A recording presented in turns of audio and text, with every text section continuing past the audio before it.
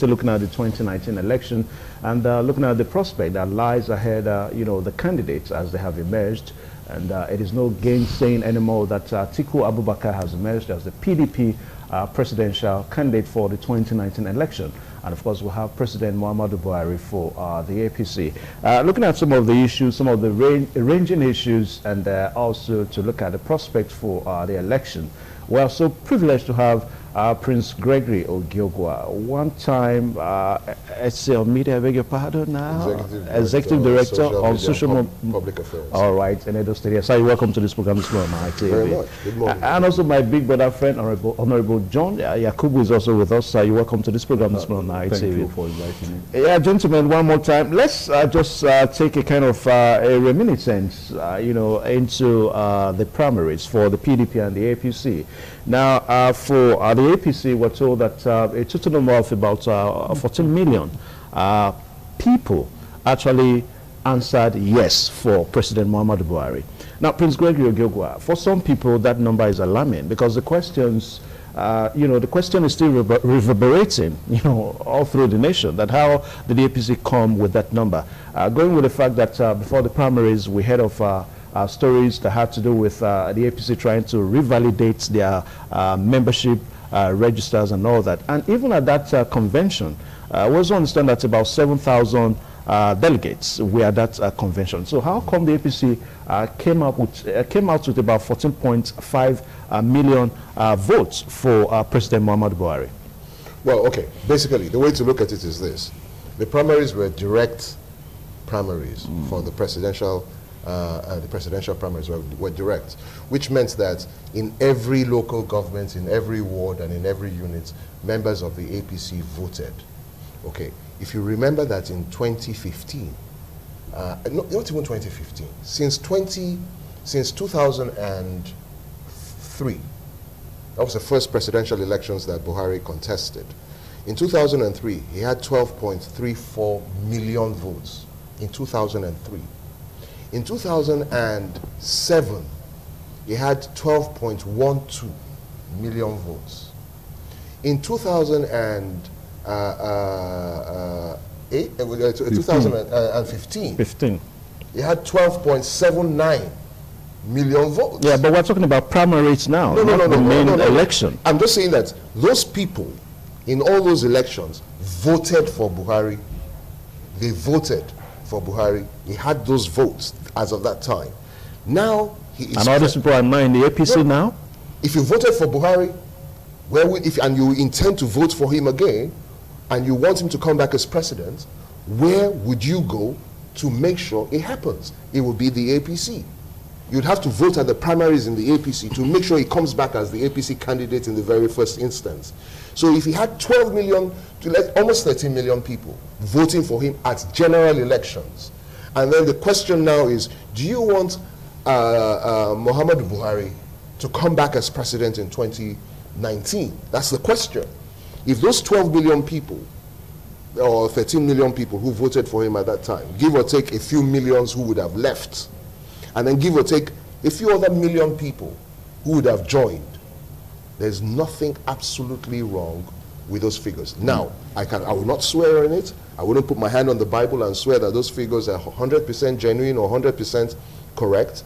But I can tell you that if you're looking at the statistics, if you're looking at the figures and you're extrapolating from such, there is no such thing. I mean, there's no wide divergence between almost 13 million and 14.2 million people, you know, affirming. Now, the delegates in Abuja were representatives of those 14 million people. They were representatives.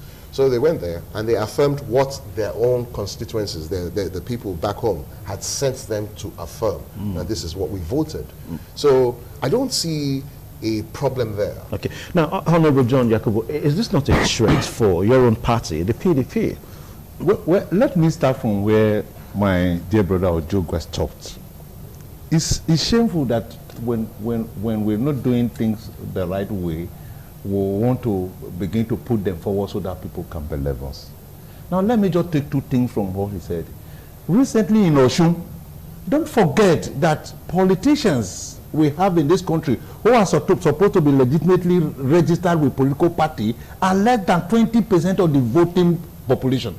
When you have 100 votes in a particular ward, don't forget politicians are just about 25% of that. So those who are supposed to vote on that day of the primary of APC are not just people on the street, they are supposed to be APC members who are registered members of APC, not registered voters. So let's go back to, let me just take you to Osun when we had the last election. APC had 255,000 votes. But on the day of the primary, a few days after, they recorded 500,000. Then we have reason to begin to talk of primary. Non-party members and lovers of APC voted for APC and they could just get 255 votes, 255,000 votes. 2 days after, this same motion came up with 500,000 votes for the party APC. What are they just trying to tell us? They are trying to tell us that come 2019, these are the figures we are going to allot to our party so that we can win the election. But Nigerians are not fools. That takes me back to Eagle Square. The capacity of Eagle Square, Ojogwa, we know, is less than 4,000, sitting and standing. And we're told that 7,000 were there. Look, Nigerians are not fools. You can play everybody, not every time. That it took 7,000 people. We have had convention in Eagle Square, time without number. The capacity sitting and standing in Eagle Square can only take 3,500. You can check out that from the Federal Ministry of Information. And when they finished, they told us that they had 7,000 people sitting and standing there. It's shameful. But what we are waiting for is that we know that Nigerians will vote and their vote will count. Whether they put for themselves 14 million now or 25 million, telling Nigerians that these are the people now members of APC, a party that cannot vote of a credible register, even now in their various wards, can turn out 14 million votes. Nigerians are just smiling and waiting for them in 2014. So what they are doing, I want Prince Ojogwa to dispute the fact that 3 weeks ago they scored 255 in Uchu, and these 2 days after they scored 500,000 votes. I mean, what are we talking about? Okay, now I know that Prince Gregory Ogewa will want to respond to some of the points that you just raised, but I'm going to ask you this question because I understand that you were at the primaries in Port Harcourt for PDP, and of course in that primaries we have the figures as 1,532 votes for Atiku Abubakar, and also 693 for Tambuwa. Saraki got 317. For Kwangwaso, who got 158. For Dakwambo, he scored 111. That's 111. And Lamido 96. McAfee got 74. Bafarawa got 48. David Mark got 35. Jan got 19. And of course, Dati Baba got 5. Now, the allegations are that Atiku Abubakar, that's your own presidential candidate now, shared it up to the tune of between 2,000 and 5,000 US dollars. How much did you get at that primaries, Honorable John Yakubu? Where I laugh. My best friend. No, I laugh. You mean they gave you $5,000? Nobody gave me 8,000. Nobody. Hold on, Prince. Things like these rumors can be carried by any person. In short, when we came out the next day, it's not $5,000 we saw. It was $10,000, $9,000. Nobody each. Nobody gave $1 to me as a person. And I can tell you that Atiku did not give dollars to people. Let me tell you this. The opposition party will tell you anything they want you to believe now, so that they can sway the mind of the people. It's the media saying it's not the opposition party. No, it is no person. Not opposition. You are the guys in opposition. Wait, nobody. No, wait. I can tell you. When your source, is it the person that collected, that gave you the information, or the person that paid? No, that is not correct. Nobody. If you look at the papers, are you saying that money was not given at all at that primaries? Is that what you're saying? Look, let me tell you. I mean, sort of mobilization. Let me tell you. Or transport fare. Let me tell you this. Let me tell you this.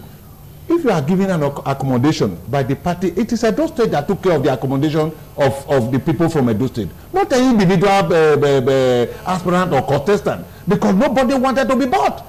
If they wanted to sell to the aspirant, all you should have done is to tell the aspirant, come, give us accommodation, give us transportation, give us A, B, C, and D. No. That is why the election was free and fair. Because if you buy me an accommodation and you buy me food before the election, the result that I'm going to vote for you. But the accommodation was arranged by my own chairman, Chief Dan Ose Obi. And that's where everybody stayed, including the chairman himself. So there is no way we would have allowed aspirant to arrange a accommodation for you, and at the end of the day, you will come out to say, oh, I will not vote for you. I want to tell you, like I said, even a day before that, they were seeing pictures on social media. You know, that $10,000 was paid, 8,009. What you are saying here today is different from what we saw. So I was there, nobody gave me $5,000. For what? Do you know what $5,000 is? 1.6 million. 1.6 million. How? That's why you're my business. How? How? That's not possible. And they're just saying these things. Who are the people saying this? The party in government, so that by tomorrow people will think, oh, the results were bought. No. But you watch it live. You saw it live. Nobody was influenced by money. I can tell you that. Nobody on that day was influenced by money. So we cannot now begin to push figures around as if it was a buying and selling thing. No. Atiku had primaries in APC, he lost. Atiku had primary in AC. Atiku had primary before in PDP. And again, he's having it now. What about the talk making round in town that at a point, Nyesom Wike had to leave the arena of that convention? He walked out. Probably because his candidates... Let's be very... Because you were at that convention. Let's be very truthful and be frank. Because that convention was being live. At no time did Wike walk out of that convention. In short, when we got to the convention ground, we did not start voting until about 4 a.m. Making sure that all the things were properly put in place. At what time did you see Wike walking out of the convention? How? Wike is not an ordinary man that will quietly lead the convention. At what time did you see what happened that when you finish voting as a state, when we finish voting, finish voting, everybody apart from the few agents for the different aspirants stayed behind to count the vote. When I finished voting, I left the venue and I went straight back to my hotel. So what will I be doing there? Because I was tired. At no time you saw it, you watch it live. At what time did Wike walk out of the venue? And Wike have long denied that he never walked out of it. In short, Wike was one of the first to congratulate Atiku. Everybody cannot work for the same person. Yes, probably Wike had his preferred candidate. Other person have their preferred candidate. If his candidate did not win, doesn't mean that he walked out of the place. He never. And I can say that 1,000 times that Wike never walked out of the convention ground. And he has denied that, and he has not congratulated Atiku and said, look, we better work together to push out this government. Okay, now, Prince Gregory Okeogwa, as we move towards the 2019 election, we must begin to look at issues. We understand that there has been this Cold War in the minds of people. Where should the presidents come from? Some say no, it won't have to be a Fulani man anymore. And here we are again, you know, the two major parties, the PDP and the APC, you know, bringing forth Fulani Hausa candidates. President Muhammadu Buhari from Northwest, a Fulani man, and of course from Northeast, Atiku Abubakar, a Fulani man, Hausa Fulani. So what is the, you know, how do we have to go about this as we prepare for the election?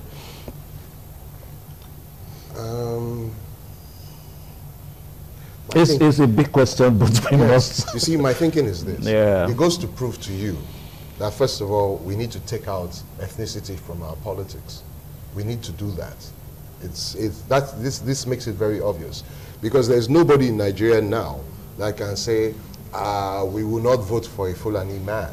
You know, I mean, I won't say there's nobody in Nigeria, but I mean, protagonists of the both major political parties, APC and PDP, PDP opposition. You cannot say now that, oh, you know, we won't vote for a Fulani man because there's Fulani heads, people, and cattle clash and all that. We won't vote. Both presidential candidates from both major political parties are Fulani men, and they are both above the age of 70. They are both above the age of 70. They are both Fulani men. They both have military/paramilitary backgrounds. Abubakar Atiku is in the customs, Muhammadu Buhari in the military. A retired military, yes. A retired general. Yes, and retired customs official. Custom general. General, yeah. Exactly. So the word general applies to the both of them. So one is military, the other one is paramilitary. General, controller general, major general. Yeah. Now, the point is this. It shows you that we've got to take out ethnicity. If you're going to decide between the both of them, which of them is better, you will take out the Fulani part, you take out their backgrounds, career backgrounds. You remove that, and then you start to look at other indices that will decide. Can Nigerians really? This is an issue. I mean, it's been ongoing. I agree with you. Do you think Nigerians can really just forget this in a hurry? If you don't forget it, we will be doomed to repeat the same mistakes we've done since independence. I'll give you a perfect example. If we say now that we are a democratic country and that we've copied our constitution from the United States of America, now you have had George W. Bush, H. Bush as president. His son, George W. Bush, became president. And while George H. Bush was president, one of his sons was governor of Texas. The other one was governor of Florida. If that happened in Nigeria, could you think that we would accept it? No. If in Nigeria, while you were president, like say for example now, Muhammadu Buhari appointed his son-in-law to work in government and his daughter to work in government as well, would we accept it? So we've got to remove a whole lot of all this, what we call stereotype mindsets that we have as against, who is holding what office and who is contesting for what office. Zoning is one of the biggest problems we have in Nigerian politics today. But we can't get rid of zoning until we get rid of that ethnic bias. You cannot say to a Fulani man, you cannot come and buy land in Edo State and set up a cattle ranch. You can't say that. And then at the same time, expect that ethnicity will leave Nigerian politics. You can't eat your cake and have it until we get rid of ethnicity in our standard basic life. We can't look at the Malam and say that all that is good for. We can't look at the Hausa man or Fulani man and say all that is good for is to be a gate man. Or the Calabar man and say all that is good for is to be a houseboy. Or the Igbo man, all is good for is to sell parts. It's stereotyping. Or Edo women and say all they are good for is to go to Italy. Or Yoruba people, they are not, you can't trust them. Those are racial and ethnic stereotypes. We need to get rid of that. There is nothing wrong with having a Fulani president and a Fulani vice president under normal circumstances, if both of them are working for the good and of the generality of the Nigerian people, if that is what it is. But then we have the fear of ethnic domination. A perfect example is the security system, security architecture in Nigeria. Yeah, where people say that the entire security system is full of Fulani. It's not true. Now, if you say they're full of that is northerners, Kogi State is part of the north. So is Kwara, North Central. So if the Inspector General comes from Kogi, you say he's a northerner. If the Chief of Army Staff comes from Borno State, you say he's a northerner. What's it called? Chief of, I think is, what's the other one? DSS or something comes from Plateau or somewhere, they say he's a northerner. Now, but the point is that the north is not one homogeneous block. You have Angas, you have TV, you have Hausa, you have Fulani, you have Birom people, and so on and so forth. So it's just like saying that the south of Nigeria, a Calabar man, because the Calabar man is chief judge now, and then you now have the vice president who comes from Lagos State. You now say, oh, the southerners are taking over power.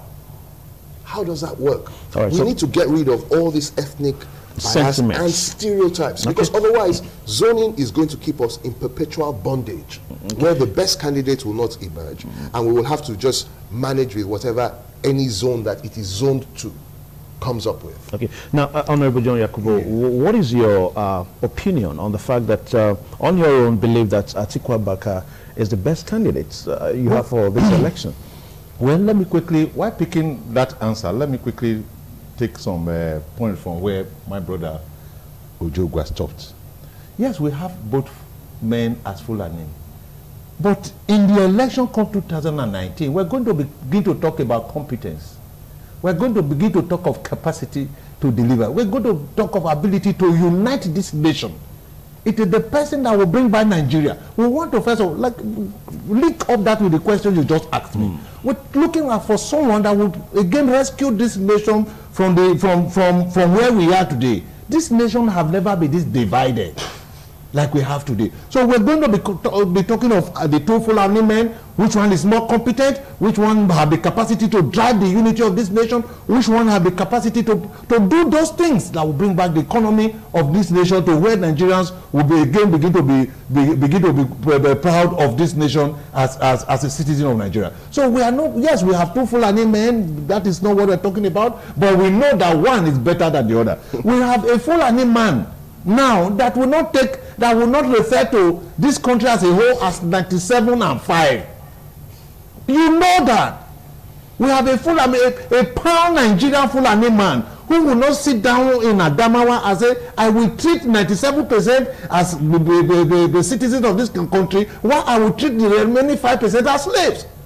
So we have a man who is a plan, who cuts across the entire nation. If you get to the west, it is Atiku. If you get to the southeast, it is Atiku. If you get to the north, it's Atiku. So the man is a detribalized Nigerian.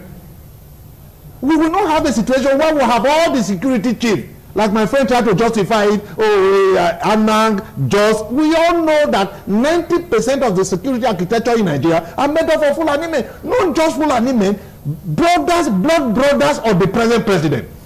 So what we have on board is a man who left service about 20 years ago, an astute businessman, a complete businessman who will take that capacity to drive his business. That I watched him recently. He said, look, my business is filled up of young men who have driven my business for so long, and by the grace of God I'm successful. Don't forget that Atiku is a man by the grace of God today who have over 50,000 persons in his employment.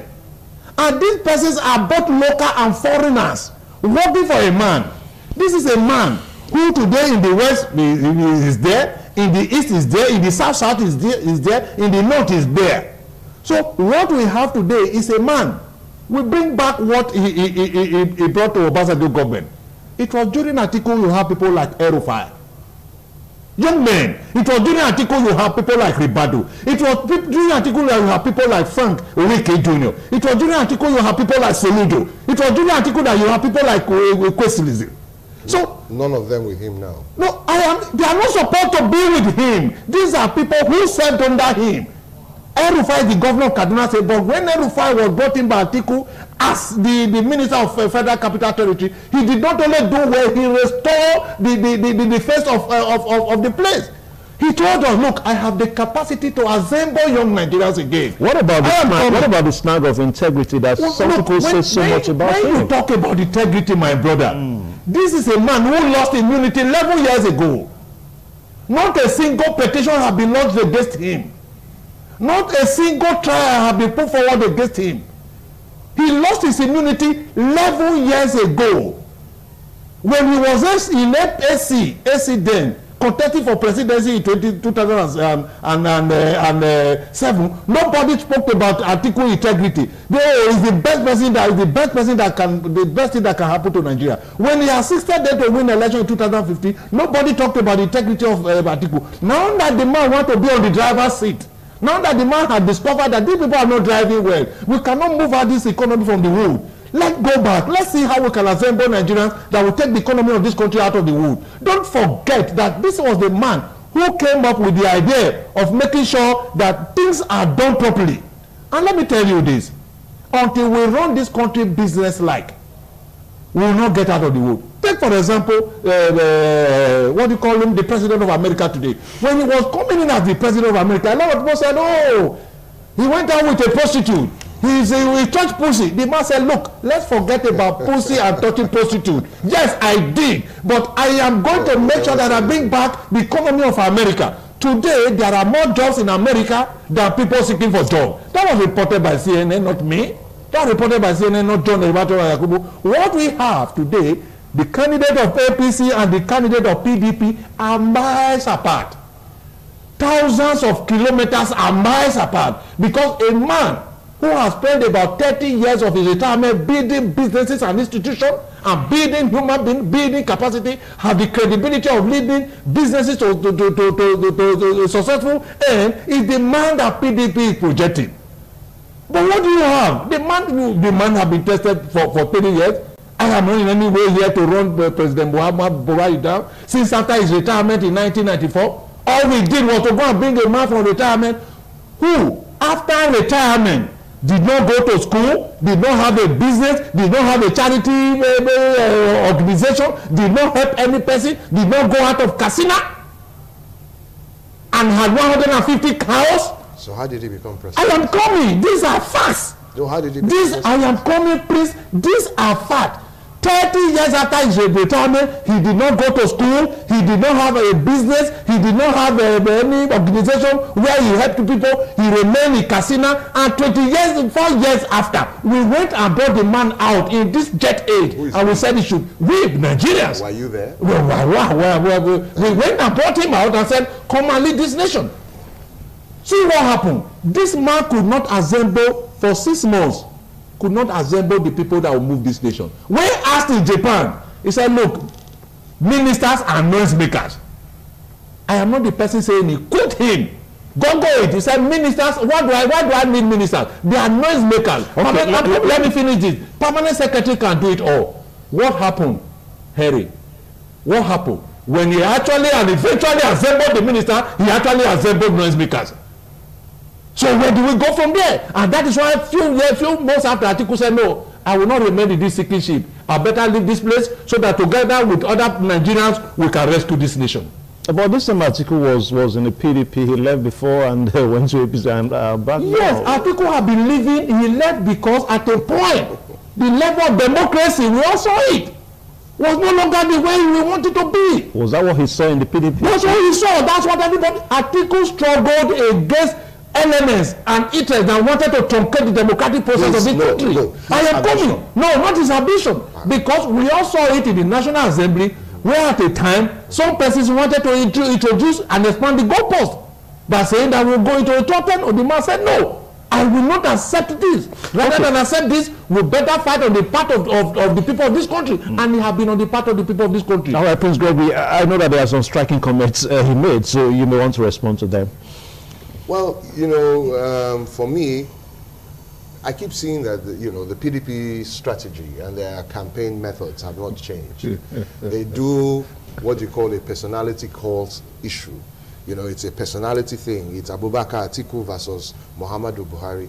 That's not the issue. It's not. It's not Atiku Abubakar versus Muhammadu Buhari. It is not only just APC versus PDP. It is the mindset of the people. You have conservatives and you have progressives. And that's the truth. Now, for a very long time, people try and personalize these issues. Atiku Abubakar is this. There's no human being that you want to look at that you will not find faults with. If you are looking for a fault, you will find faults. If you are looking for something good, you will find plenty of good things about that person. So there is no one human being, Abubakar Atiku or Muhammadu Buhari, that you will not find faults with or you will not find good qualities with. But we need to go beyond that in Nigeria. We need to go beyond looking at the personalities and start to look at the principles behind the government. Now, when you're looking at, okay, principles behind government, what do we use to judge?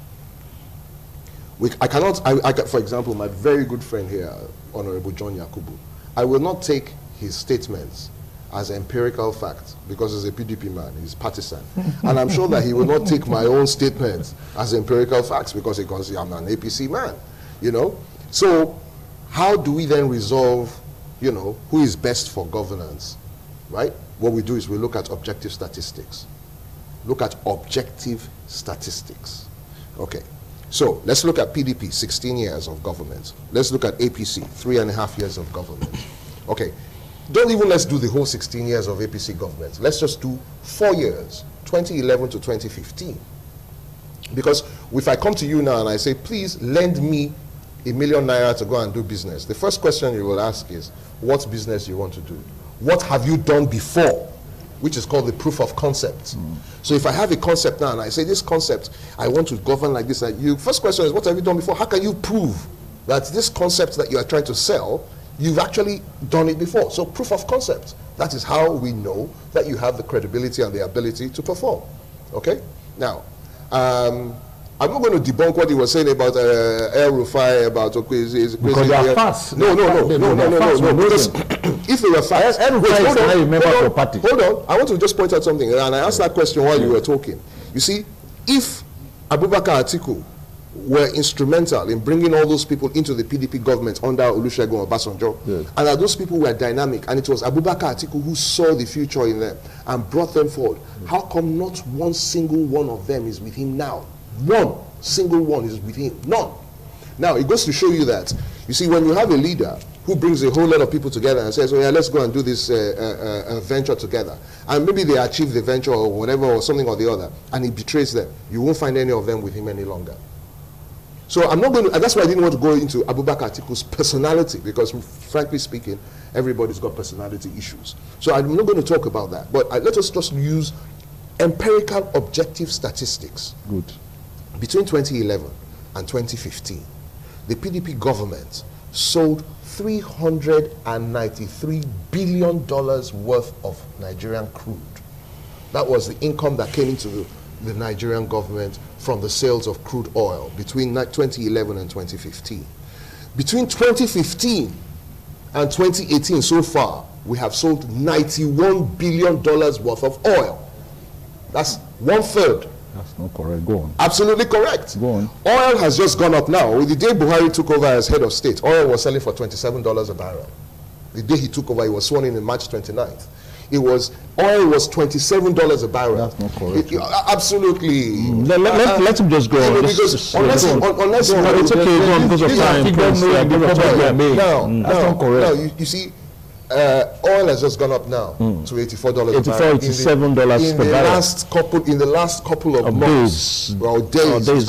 Yeah. Now, I'm saying between 2015 and 2018, we sold $91 billion worth of oil. Between 2011 and 2015, we sold $393 billion worth of oil. It means that the APC government came in with 1/3, less than 1/3 of what the PDP government had to work with. Now, we have not yet heard, I'm not saying we might not hear, but as of now, we have not yet heard of anybody driving into Central Bank with a truck and carrying out $37 million in cash to distribute. We haven't heard that yet. We haven't heard of the Minister of Oil buying multi-billion-dollar properties across the world and renting a jet for a private jet for 10 billion naira. Now, there are certain issues. Then you also look at in 2015, when the APC government took over, our foreign reserves, our external reserves, were $23 billion. $23 billion. In January 2015, our foreign reserves were $27 billion. By elections of May 29th of that 2015, we had $23 billion. We spent $4 billion in less than 5 months. Where did the $4 billion go? Okay, now, then, as of now, Buhari took over in 2015. Our foreign reserves stood at 23 billion. Now we have 47 billion in foreign reserves, which is what has actually kept the naira at a stable rate.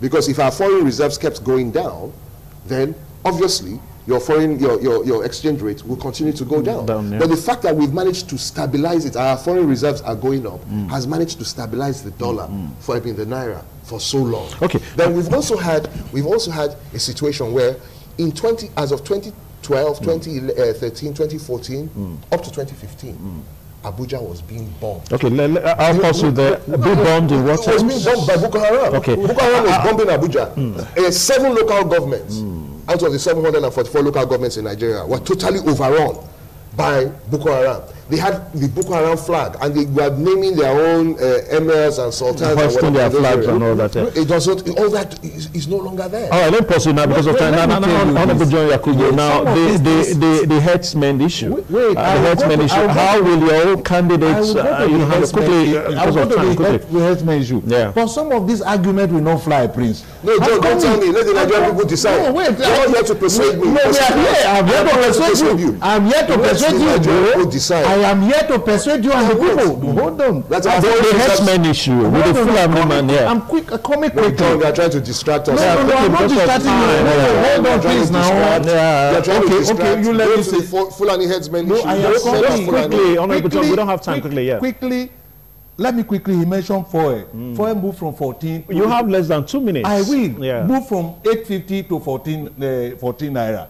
Nobody is talking about. The dollar moved from 180 to 360, talking about stabilization. Subsidy, they are now being secretly paid. No, you're saying secretly, so you have no evidence. Let him talk. Prince, let him talk. Just go on there. Nobody is talking about. Prince, look, nobody is talking about the that. herdsmen issue. Now the 45 million that was taken from Ikoyi, this thing, the grass cutter, you are saying, well, nobody is talking about that yet. Now about the herdsmen issue, it is because that these people were not properly educated. What I mean by education, they are not told. When they saw their brother who never allowed them to be sanctioned, they went wild. If your own candidate wins, my it's candidate will not allow them to go wild. Even as their brother? No, it's not about brother. That's why I tell you that Atiku is a pan-Nigerian.